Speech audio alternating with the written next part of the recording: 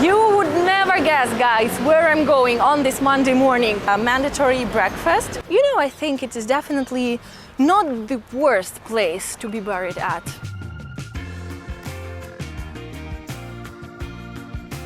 Hey loves, welcome back to my channel. We're in Piazza della Libertà and this is a very busy but also lovely area of Florence. We're in the eastern, northeastern side of the city, and I've been promising to show you this area of the city. I don't really want to focus on one single district today.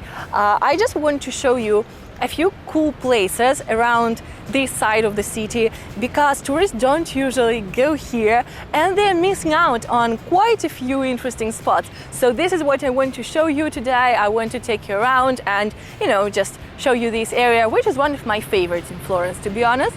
But before we begin, guys, I have incredibly exciting news to share with you.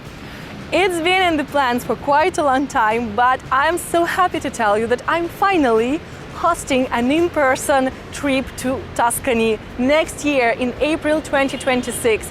It will be an all-girls trip, so I'm not talking to all the ladies watching my channel. There is no age limit, you only have to be over 18 for legal reasons. Other than that, you can come even if you're 99, and it will be an amazing slow travel trip. We are not going to spend any time in Florence as Florence itself. We are going to focus on slow travel in the Tuscan hills. We're gonna visit Pisa and Siena and also some tiny hidden gems in Tuscany. We're gonna drink good wine, we're gonna eat good food and have lots of good vibes, and I'm so excited to invite you to join me. You can find the link in the description box to find out more information, the dates and everything. As I said, it will be in April 2026, so we still have plenty of time to plan everything. And yeah, I am so incredibly excited to welcome you ladies here in Tuscany to join me on this trip. And it will be also a small group. We'll have a maximum of 10 people, so it will be, a very relaxed, a very intimate experience where we'll have lots of nice chatter and lots of good mood. All you have to do, we'll have everything planned out already. We have an amazing agriturismo with gorgeous views. We'll have all the food and trips and everything. All you have to do is come here, show up and bring the good vibes with you. Now let's go and explore Florence. We're getting back mentally to the city, and don't forget to subscribe to my channel if you're not subscribed yet, and follow me. Everybody heard about the Medici family, but not everybody knows that in the 18th century they were followed by the Lorena dynasty, the next Grand Dukes of Tuscany, who stayed here for more than 100 years. This arch was built to welcome them to the city, and it was the very same arch they passed beneath when leaving Florence in 1859.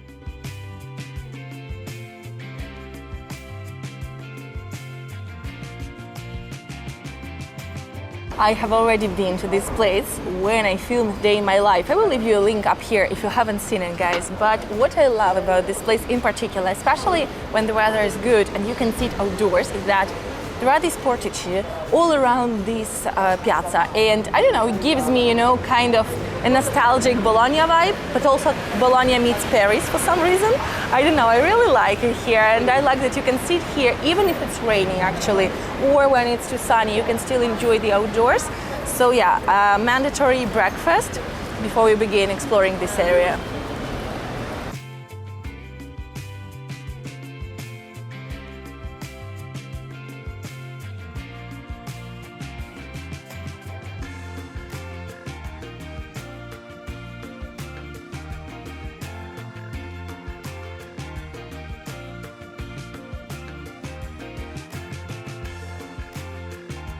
You would never guess, guys, where I'm going on this Monday morning. I'll tell you more than that. I myself would have hardly guessed that I would be going somewhere like that on a usual Monday morning. But here we are.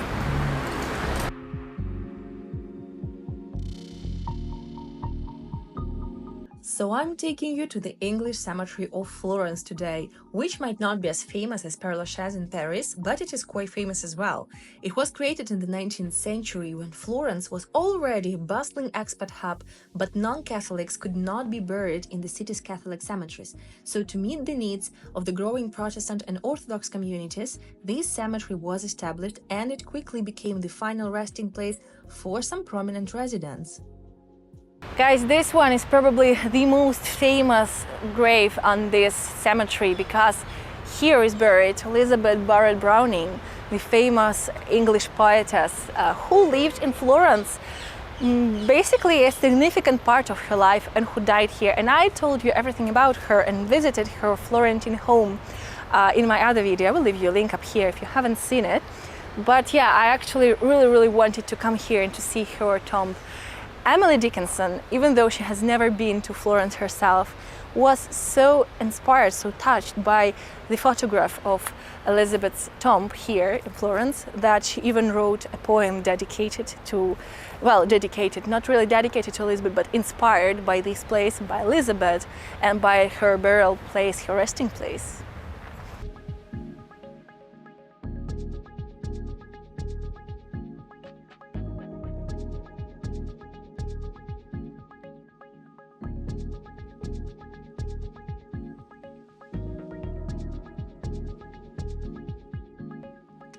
All Christian denominations could actually be buried here, and today you can see the tombs of the English, French, Swiss, and even Italian people.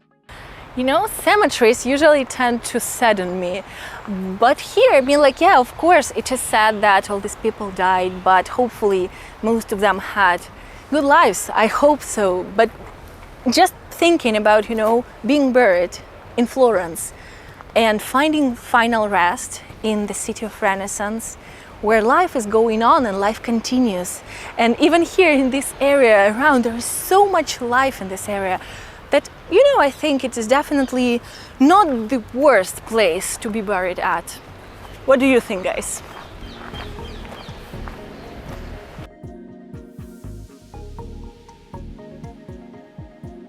Looks like we're visiting quite a few green spaces in this area of Florence today, which is true. But this one is a very hidden gem, a gorgeous urban garden, or so it is called, kind of, you know, the urban garden. And I'm excited to show it to you guys. And yes, there are plenty of parks and green spaces on this side of Florence. And guys, differently to all the central gardens and parks, these are free of charge. Let's go. Orti di Pinti was born as an urban project, like the community garden, free for all people to come and enjoy. It was created by a local architect in the place of an ex-athletic track back in 2013. And today there are various events held here, like Pilates classes, for example, which sounds pretty cool. And I even heard that local chefs are particularly fond of this place for all the varieties of rare herbs.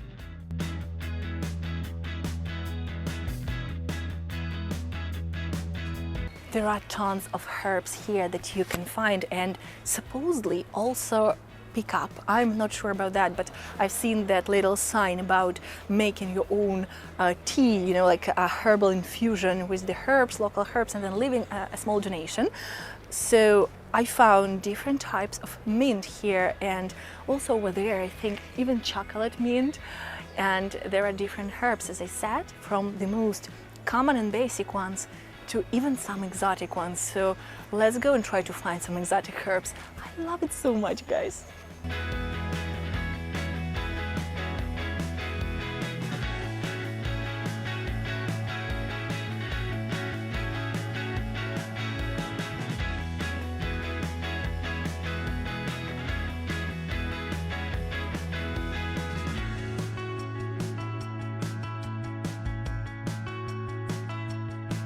I don't know, guys, if you can remember, but a couple of months ago, sorry, I'm passing by the school, hence the noise.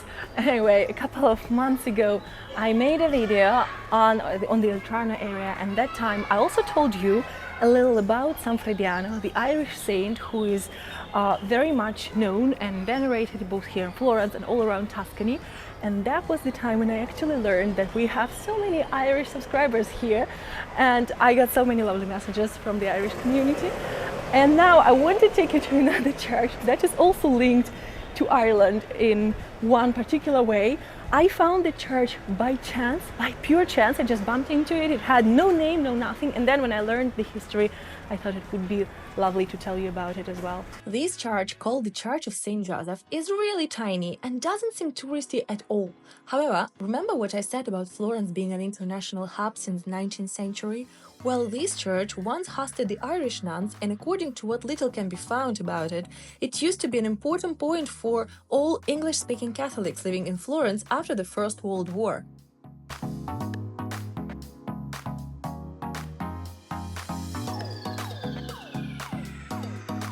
Whenever I'm on this side of the city, I always make sure to stop in this bakery, which is the smallest bakery in Florence, and they have the tastiest bread.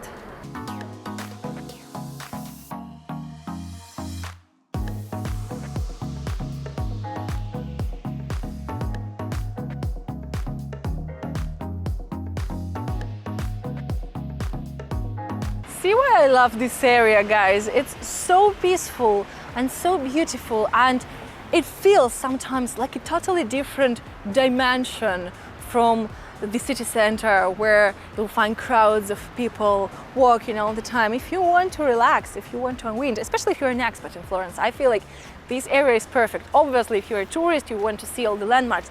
There aren't as many landmarks here, but if you want a little change of scenery, if you want some peace in the middle of Florentine chaos, come here.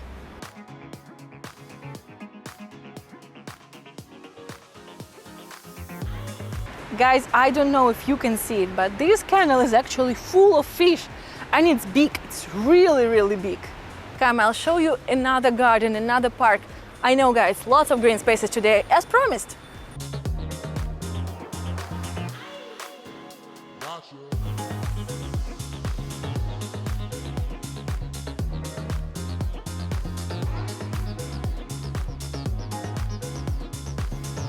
This park, guys, hosts numerous events all of the time. Now there is nothing, of course, so we can just, enjoy the park and see it as it is.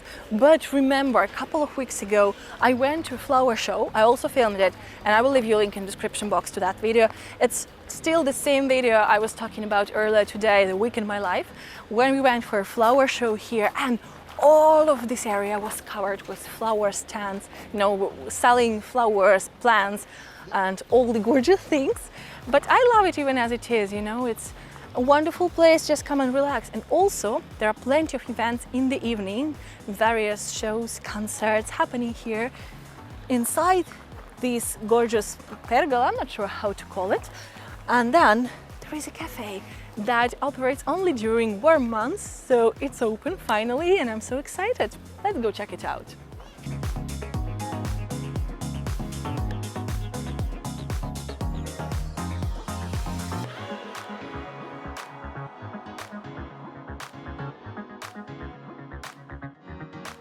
And that's it, guys. I hope that you enjoyed this video. I hope that you enjoyed this area of Florence, the other side of the city, and that next time you're here, you may want to visit one of these wonderful places. And so once again, I remind you to subscribe to my channel, hit the bell button down below, like this video and comment it. Let me know what else would you like to see both in Florence and beyond Florence, and I will see you in the next video.